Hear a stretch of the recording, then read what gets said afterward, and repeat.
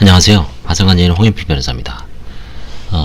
오늘은 이제 관제인의 업무 중 재산한가가 있습니다. 재산한가는 이제 여러 가지가 있는데 부동산도 있고 퇴직금도 있고 보험 해약환급금도 있고 뭐 미수금도 있고 여러 가지가 있습니다. 그래서 하나하나 가장 이제 덩치가 크고 가끔 있지만 부동산이 있습니다.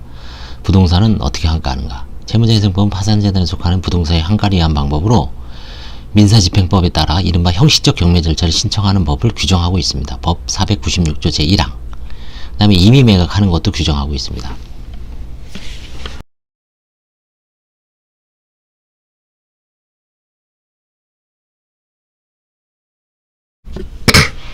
그래서 실무상 형식적 경매 신청 및 파산관제인 임의 매각 이외에 임의 매각은 이제 알아서 매수자를 구하는 겁니다. 인터넷 공고 게시판, 대법원 파산회생 재산 매각 사이트에 이런 세 가지 방법이 주로 활용되고 있습니다. 파산관제인이 부동산을 매각하는 건 이제 당연히 법원의 허가를 받고요. 법원의 허가가 효력 발생 요건입니다. 동의받지 못하면 무효입니다. 다만 파산재단에 속하는 재산액이 5억 원 미만이라고 인정될 때는 법원은 파산 선고와 동시에 저희 보통 대부분 간이 파산이죠. 감사위원 두지 않기 때문에 뭐 법원만 허가를 받으면 됩니다. 임의 매각은 매수자를 뭐 마음대로 정하는 겁니다. 예를 들어서 파산 채권자 중에서 혹시 매수하실 분이 있는지를 물색하는 방법. 두 번째는 인근 지역에 있는 부동산 중개업자에게 뭐 정식으로 의뢰를 하는 거죠. 정보를 제공하는 거죠. 중개 의뢰를 하는 겁니다. 팔아달라. 복비도 주겠다. 규정된 수수료에 따라서. 저도 이걸 한번 팔아봤습니다. 아파트를. 정릉초등학교 앞에 있는 아파트를 한번 예전에 벌써 한 10년 넘었네요. 초창기 사건입니다. 2008년 9년. 그 다음에 채무자의 보증인 또는 담보권자가 교섭하는 방법.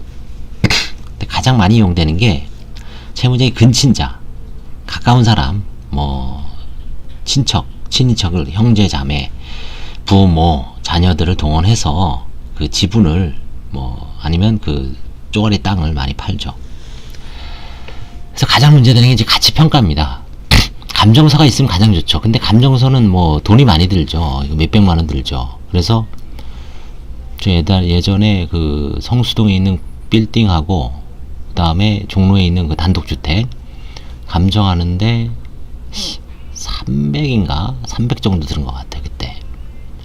그래서 현실적으로 이런 비용이 들어가는 문제가 있기 때문에 각 땅별로 아니 부동산별로 아파트 같은 경우는 KBC 부동산 시세가 가장 정평은 나 있죠.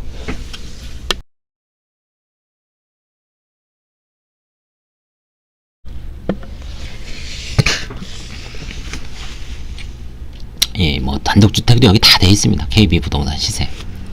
이거를 가장 많이 이용한다고 보면 돼요. 뭐 인근 부동산 중개업자의 평가액은 오히려 부정확할 수가 있습니다. 이건 뭐 매도할 때는 매도인 우위 시장일 때 막 가격이 치솟을 때는 뭐 하루가 다르게 올리죠. 그래서 그 다음에 이제 시골에 있는 땅은 국토부의 실거래가 조회 이걸로 하고요. 그 다음에 이제 뭐 더 이상 없는 건 공시지가를 기준으로 해서 대략 거기서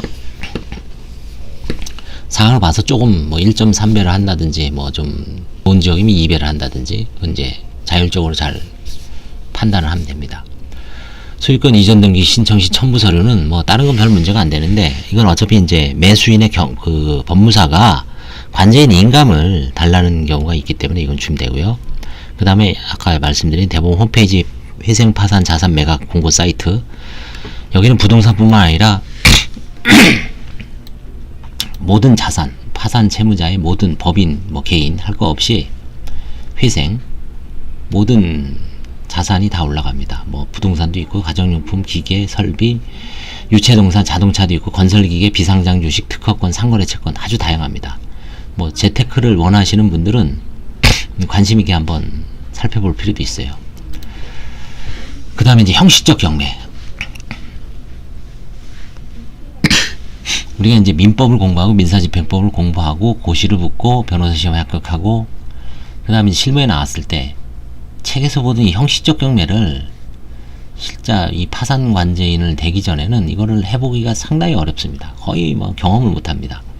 근데 파산관제인 딱 되고서 파산관제인 되고서도 이거 형식적 경매를 돈 때문에 못하는 경우가 많은데, 뭐 채무자가 아니면 그 주변 지인들이 아니면 관제인이 내 돈을 들여서라도 형식적 경매를 하는 경우가 있습니다.